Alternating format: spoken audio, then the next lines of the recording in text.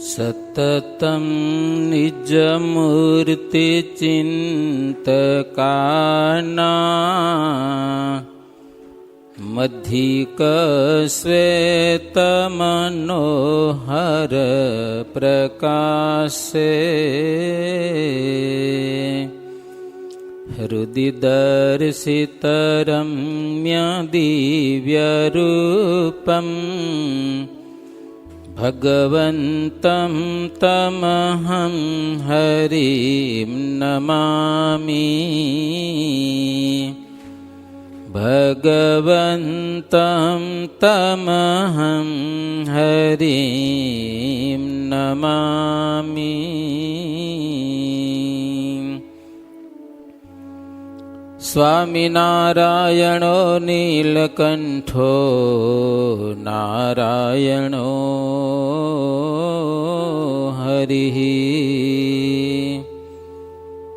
હરિ કૃષ્ણશ્ચ સહજા નંદ કૃષ્ણોસ્તુ મે હૃદિ. ઓમ સર્વાવતારિણે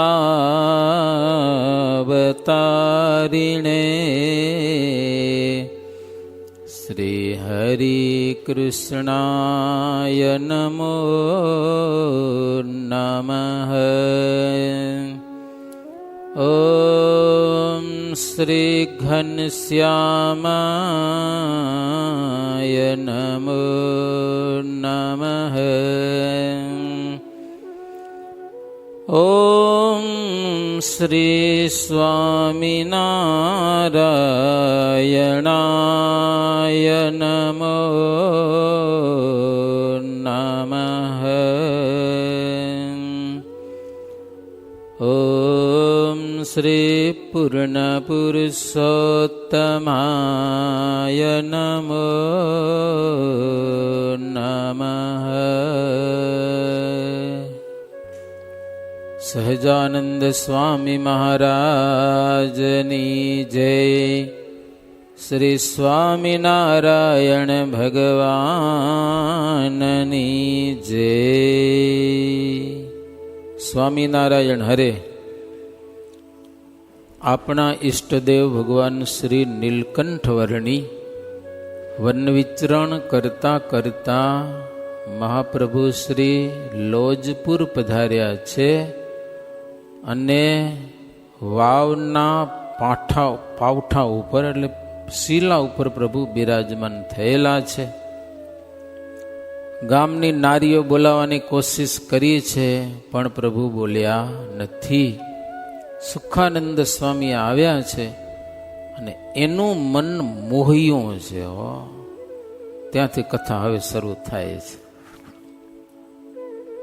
મહારાજ કેવા છે, મૂર્તિ કેવી છે. માથે મંજુલ ચીકણા ચડકતા ભૂરા ભલા કેસ છે. તેજસ્વી સુવિશાળ ભાલ વિલસે નેત્રો બહુ બેસ છે. નાસાગરે ધરી દ્રષ્ટિ તે નવ ચડે નાસા દિશે નિર્મળી શોભે છે મુખ ચંદ્ર બિંબ સરખું તે મંદહાસ્યે મળી. ભગવાન શ્રી નીલકંઠ વર્ણી વડ નીચે કુવાને કાંઠે પ્રભુ બેઠા છે. માથે મંજુલ ચીકણા ચડકતા ભૂરા ભલા કેસ છે. ભાલ સુવિશાળ પ્રભુનું ભાલ છે. નેત્રો બહુ બેસ્ટ છે, બેસ્ટ બહુ સરસ મજાના બેઠા છે. તો નાસાગ્ર વૃત્તિ રાખીને આડોરું કઈ જોતા નથી, નાકની દાંડી સામે જ નજર બસ, એક સ્થિર દ્રષ્ટિથી પ્રભુ બેઠા છે. નાસા દિશે નિર્મળી, નાસિકા પણ પ્રભુની સરસ થોડીક નમતી. મુખારવિંદ કેવું છે? ચંદ્રબિંબ સરખું. ચંદ્રમાં હોય ગોળ ગોળ, એની કેવી શોભા હોય એવી સરસ શોભા મુખારવિંદની છે. મંદ હાસ્ય કરે છે, ઉદાસ થઈને બેઠા હોય એવું નથી. એ ઘર બાર બધું છૂટી ગયું ને છેટા ભાગી આવ્યા ને એવો કંટાળો નથી, સમજાય કે નહીં? મોજથી પ્રભુ બેઠા છે. લોહી માંસ રહ્યું ન તીવ્ર તપથી, તીવ્ર તપસ્યા વડે કરીને શરીરમાં લોહી કે માંસ એ બધું સુકાઈ ગયું છે. અસ્થિ ત્વચા દેહ છે, દેહમાં અસ્થિ અને ત્વચા છે, તોય તપમાં હજી પ્રીતિ રાખે છે, હુકાઈ ગયા છે. તો તપ કરવું, આપણે યાડા થઈ ગયા ને તો ખાવાની હોશ થાય. સાચું કહેજો, વધી જતું હોય શરીર તોય હાવ ઘટી ગયા છે, છતાંય હજી તપમાં પ્રીતિ છે પ્રભુને. એવા મુનિ એ હશે. ઉનાળામાં સૂર્યનો તાપ સહે છે, વરસાદ ઋતુમાં વરસાદની ધારાઓ પડતી હોય ને બેઠા હોય છે.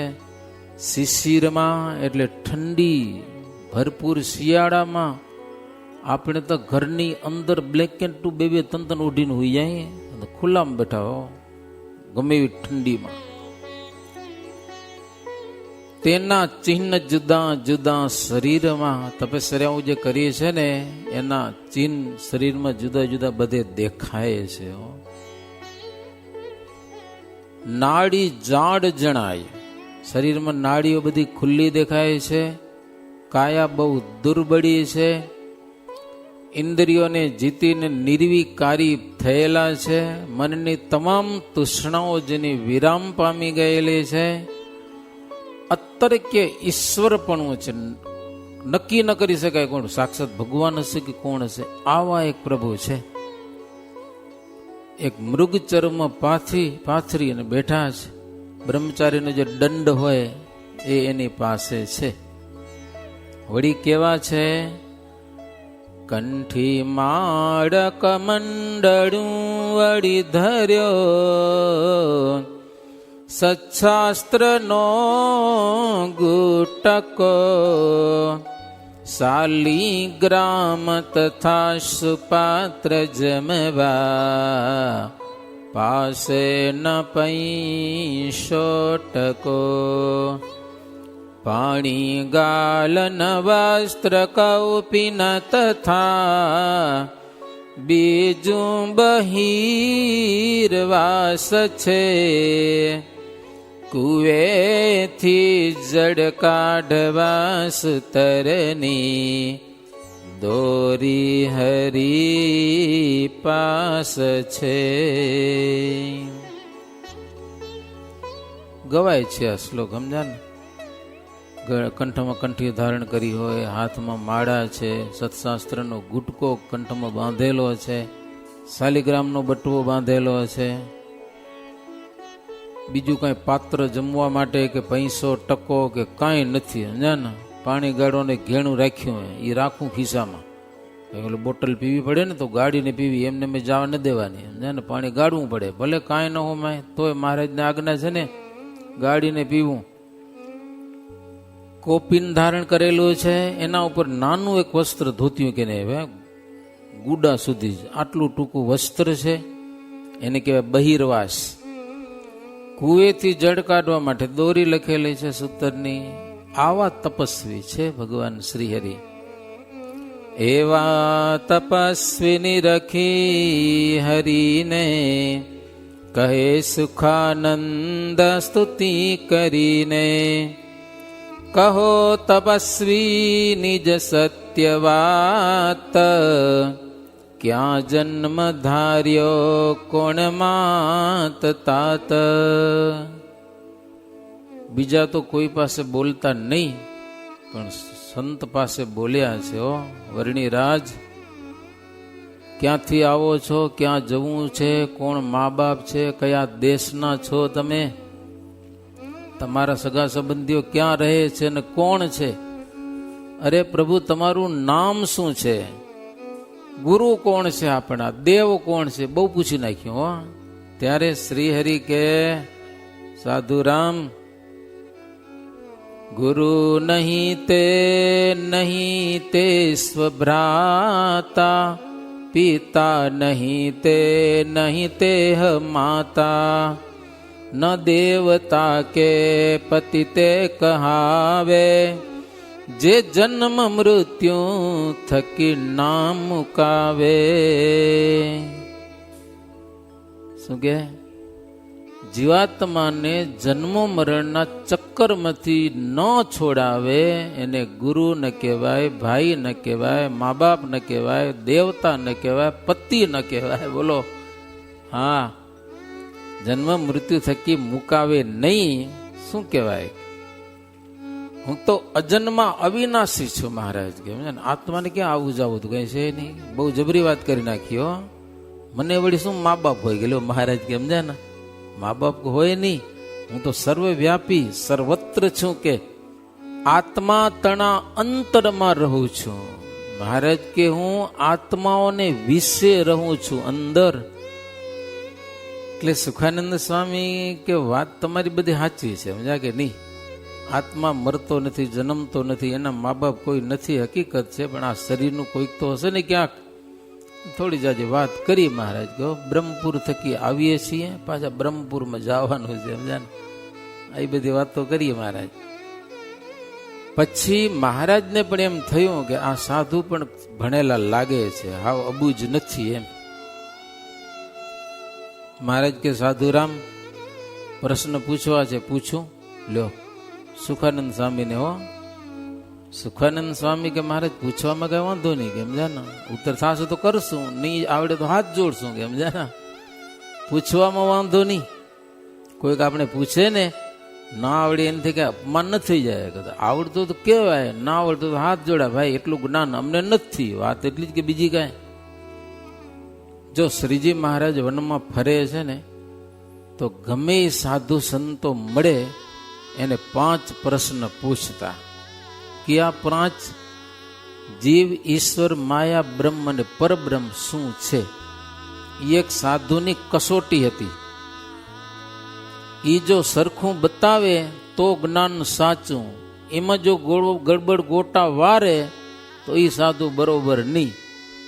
આ 5 પ્રશ્નના મને જે ઉત્તર આપે ને એને જ મારે સાચા સાધુ જાણી અને ત્યાં રહેવું. એક સંકલ્પ લઈને મહારાજ નીકળ્યા છે.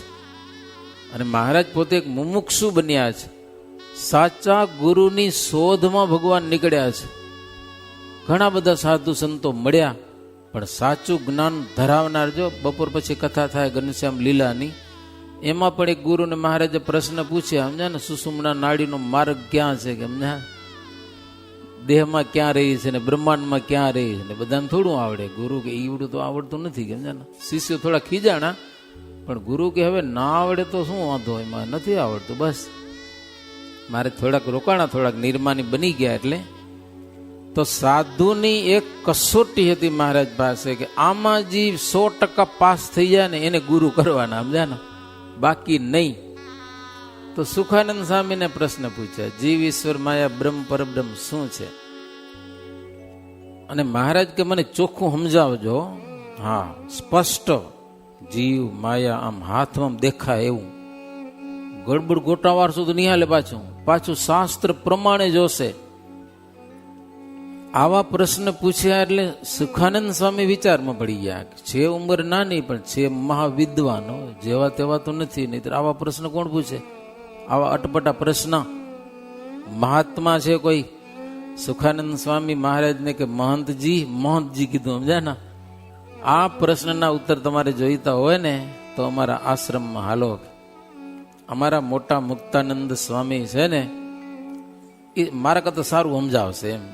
હું એ કરી શકું થોડું જાજુ, પણ મોટા સંત પાસે સાંભળું એ વધારે સારું કે એમ. મહારાજ કે જો અમે કોઈ ગામમાં કે ક્યાંય જાતા નથી, શહેરમાં કે નવા ઝાડવે રહેવું એ અમને વધુ ગમે, સમજ્યા? છતાં પણ તમે કહો છો કે એવા મોટા સંત છે, તો એવા સંત પાસે જાવું એ તીર્થયાત્રાનું ફળ છે. આપણે ગમે એવા નિયમ હોય, ગમે તેવા આપણે નક્કી કર્યું હોય, પણ એવા સંત પાસે જાવું ને એ તીર્થયાત્રાનું ફળ છે. મહારાજ કે અમને શહેર ગામમાં નથી ગમતું, એમાં વધુ ભયંકર જંગલ હોય ને એ મહારાજને બહુ મજા આવતી. સમજા ને, એ વરસાદ વરસતો હોય, જંગલ ઘોર જંગલ હોય, હિંસક પ્રાણીઓ બધા અમાય ફરતા હોય, ભૂતાવળ મેં ભડકા કરતા હોય, આપણું તો હાજુ ગગડી જાય. પણ એવું જો ભક્ત ચિંતામણીમાં એવા 5 પ્રકરણ છે, લગભગ 28 થી 32 કે 29 થી એમ કંઈક છે, 29, 30, 31, 32 ને 33 એમ કંઈક છે. જો જગન્નાથપુરીમાં લડાઈ થઈ જાય એટલે શાંતિપાઠ પૂરો થાય. તો મહારાજના આખા વન વિચરણ દરમિયાન જે ભયંકર વાતાવરણ છે ને એને સંતો શાંતિપાઠ બતાવ્યો છે. બોલો, 5 પ્રકરણ ભક્ત ચિંતામણીના શાંતિપાઠ. આપણે ભય લાગે પણ આપણે વાંચીને તો આપણે અંતરમાં બહુ શાંતિ મળે. મહારાજ હિમાલયમાં ફર્યા છે ને ક્યાંક ભૂલ્યા હોય ને ક્યાંક ખાવા નંબળ્યું હોય, કાંક ઘોર ગુફાઓમાંથી અંદર જવું પડ્યું હોય, એ બધું શાંતિપાઠ. એટલે શ્રીજી મહારાજને વધારે એ ગમતું.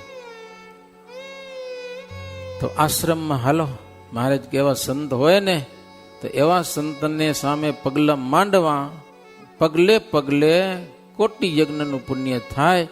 માટે હાલો, હું હાલું છું તમારી સાથે. સુખાનંદ સ્વામી આગળ અને પાછળ શ્રીજી મહારાજ આશ્રમમાં ગયેલા છે.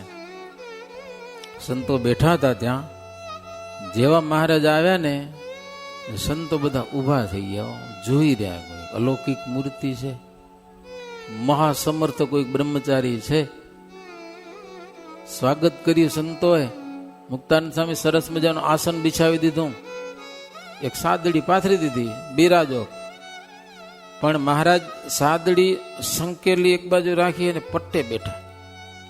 સાદડી પર મહારાજ બેઠા નહીં, કે 50 કરોડ યોજન પૃથ્વીનું આસન છે, હવે બીજા આસન શું જરૂર છે કે લ્યો. એટલે અહીંયા કને વૈરાગ્યનું અભિમાન નતું, બહુ સમજવાની કથા છે. એક મુમુક્ષુ નીકળ્યો છે ભગવાનને પામવા માટે, ગુરુ ગોતવા માટે, ગુરુ કરવા માટે. એની સામે એક મુક્તાનંદ સ્વામી જેવા સંત છે, તો સંતની સેવા મારાથી સ્વીકારાય નહીં. સમજણ પડે તમને? સાધુ આપણી સેવા કરે, આપણી કઈ કક્ષા. એટલે મહારાજ એક ચટ્ટાઈ પણ પાથરેલી સંતે પાથરી દીધી ને ના સ્વીકારી. મુમુક્ષુ છે, સેવા કરવા આવ્યો છે, સેવા કરાવવાની. હા, તમે ક્યાંક જાઓ ને ક્યાંક ક્યાંક તો હરિભગતની સાધુ થારીઓ ધોઈ નાખે, એવું નથી કરતા ને ક્યાં? સમજ્યા ના? ભલે તમે પૈસા દેતા હો તો બિચારા સાધુની જરૂર હોય તો સેવા કરે, પણ એ કરાવાય નહીં આપણે. સમજ્યા કે નહીં? એવી સેવા ના કરાવાય. તમને જમાડે એટલું તો બહુ થઈ ગયું પછી, સમજ્યા? પણ આપણી પથારી સાધુ પાથરી દે, આપણે એવી કઈ કક્ષા કે સાધુ આપણી સેવા કરે? મુમુક્ષુ છે, ના કરાવે સેવા. એક સુંદર મેસેજ છે મહારાજના આ ચરિત્ર ઉપરથી. મહારાજનું ચરિત્ર એ છે કે ભગવાનને પ્રાપ્ત કરવા માટે નીકળ્યા છે. એક મુમુક્ષુ કેવો હોવો જોઈએ એ આજ મહારાજે પહેલા આશ્રમમાં આવ્યા છે. સંતો બધા દર્શન કર્યા, બેઠા, ખૂબ આનંદ થયો. પછી મહારાજને જમાડ્યા છે ને એ પછી નિરાંતે સભા કરીને બેઠા ને પછી એમાં પછી પ્રશ્ન પૂછ્યા છે, જીવ, ઈશ્વર, માયા, બ્રહ્મ અને પરબ્રહ્મ. મહારાજ કીધું, સ્વામી અમારો નિયમ છે, જ્યાં જઈએ છીએ ને ત્યાં સંતોને હું એ પ્રશ્ન પૂછું છું. આ પ્રશ્નના ઉત્તરમાં જો મને સંતોષ થાય તો મને મજા આવે, સમજાના? તો મને એમ થાય કે સાચા જ્ઞાનની ગુરુ મને મળ્યા એમ. મુક્તાનંદ સ્વામી કે વર્ણી રાજ, મને આવડશે એવા ઉત્તર કરીશ, પણ યથાર્થ તો ગુરુ રામાનંદ સ્વામી જાણે છે. પણ એ અત્યારે કચ્છમાં છે કે કદાચ તમને અધૂરું રહી જશે ને તો કચ્છમાંથી આવીને એ તમને સમજાવશે. મને આવડે એટલું હું તમને કહું કે લ્યો, અને શાસ્ત્ર પ્રમાણે જ કહીશ, મનની વાતો નહીં કહું. મુક્તાનંદ સ્વામી કે હો. પછી મુક્તાનંદ સ્વામી શરૂઆત કરેલી છે.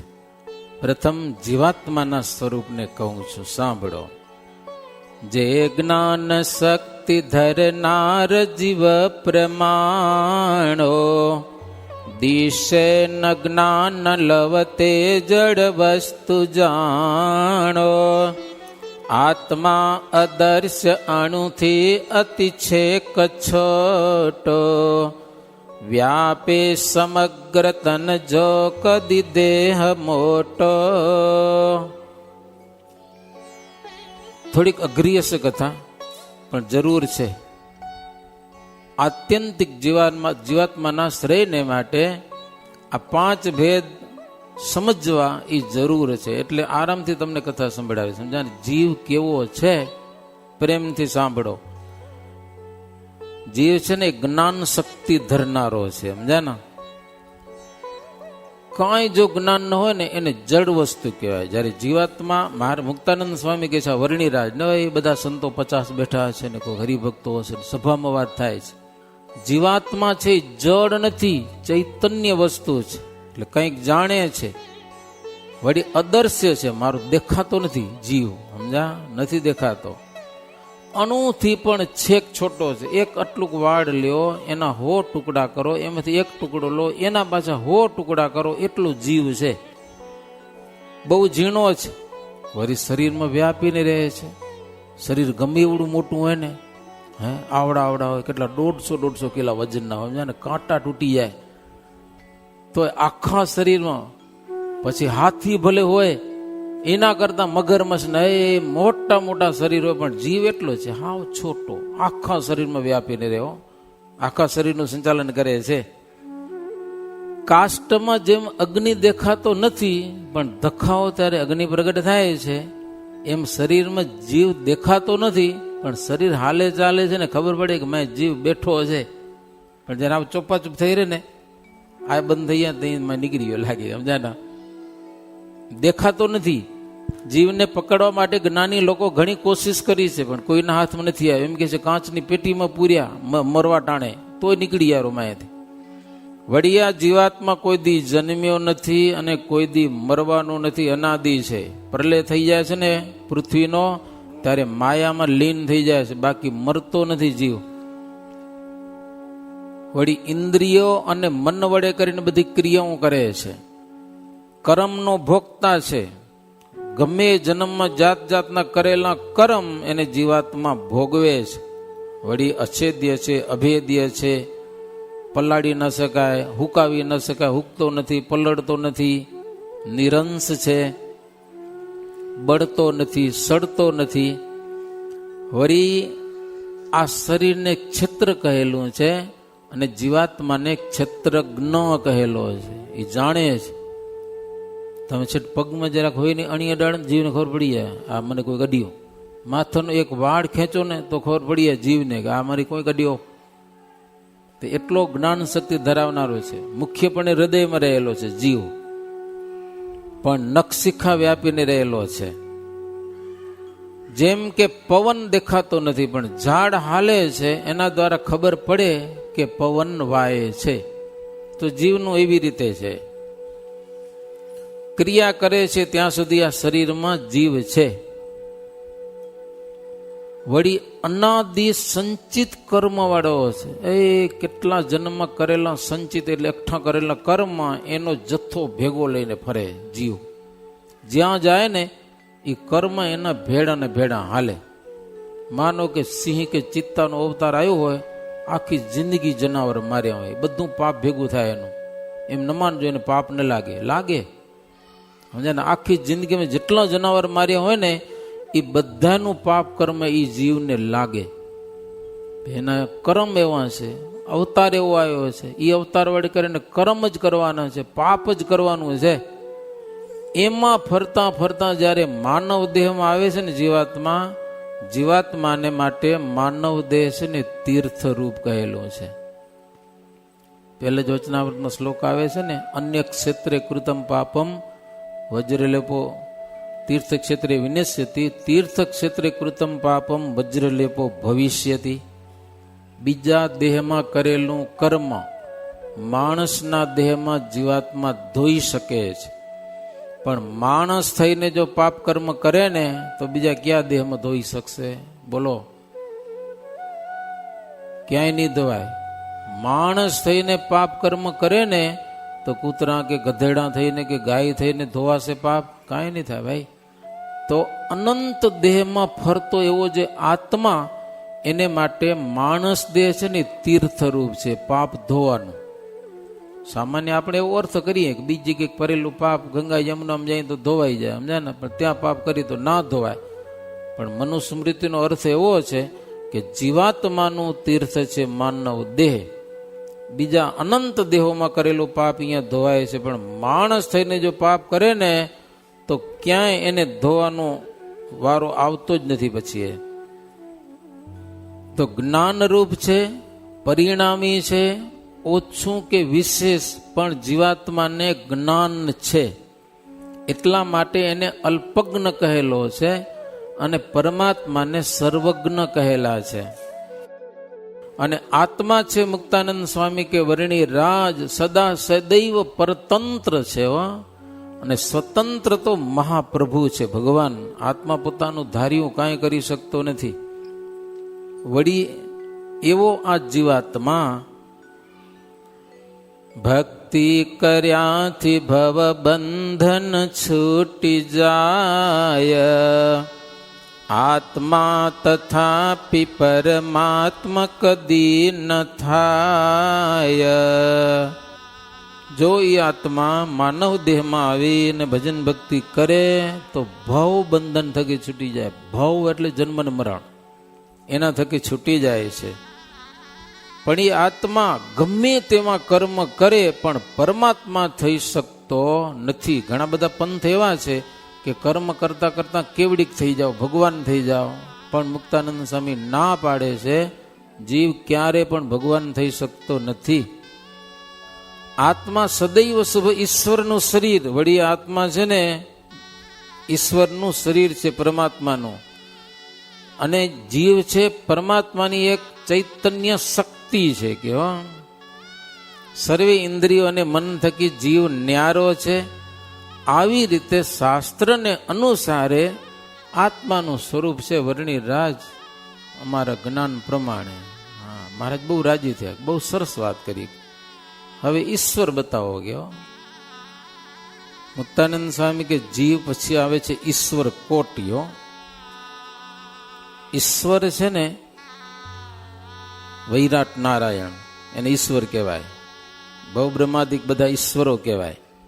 વૈરાટ નારાયણ છે એનો આખો આ બ્રહ્માંડ છે ને આખો એનો દેહ છે. આપણે બધા એના પેટમાં પડે અહીંયા વૈરાટ નારાયણના.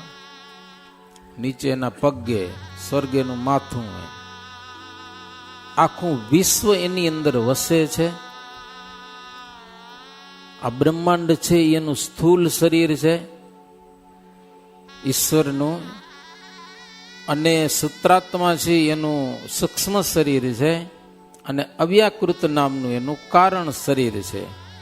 ઉત્પત્તિ, સ્થિતિ અને પ્રલય ઈશ્વરો કરે છે આ બ્રહ્માંડનીઓ. એટલી સામર્થ્ય છે એની પાસે, એને વૈરાટ કહેવામાં આવે છે. વળી એક એવો બ્રહ્માંડમાં બ્રહ્મા, વિષ્ણુ, મહેશ એના એ સરસ મજાના ધામ છે. જેમ કે મહાદેવજીનું કૈલાસ ધામ છે, બ્રહ્માનું સત્યલોક છે, વિષ્ણુનો વૈકુંઠ લોક છે. એ આ બધા બ્રહ્માંડની અંદર છે, દિવ્ય લોક છે. આપણે ભલે ન પામી શકીએ.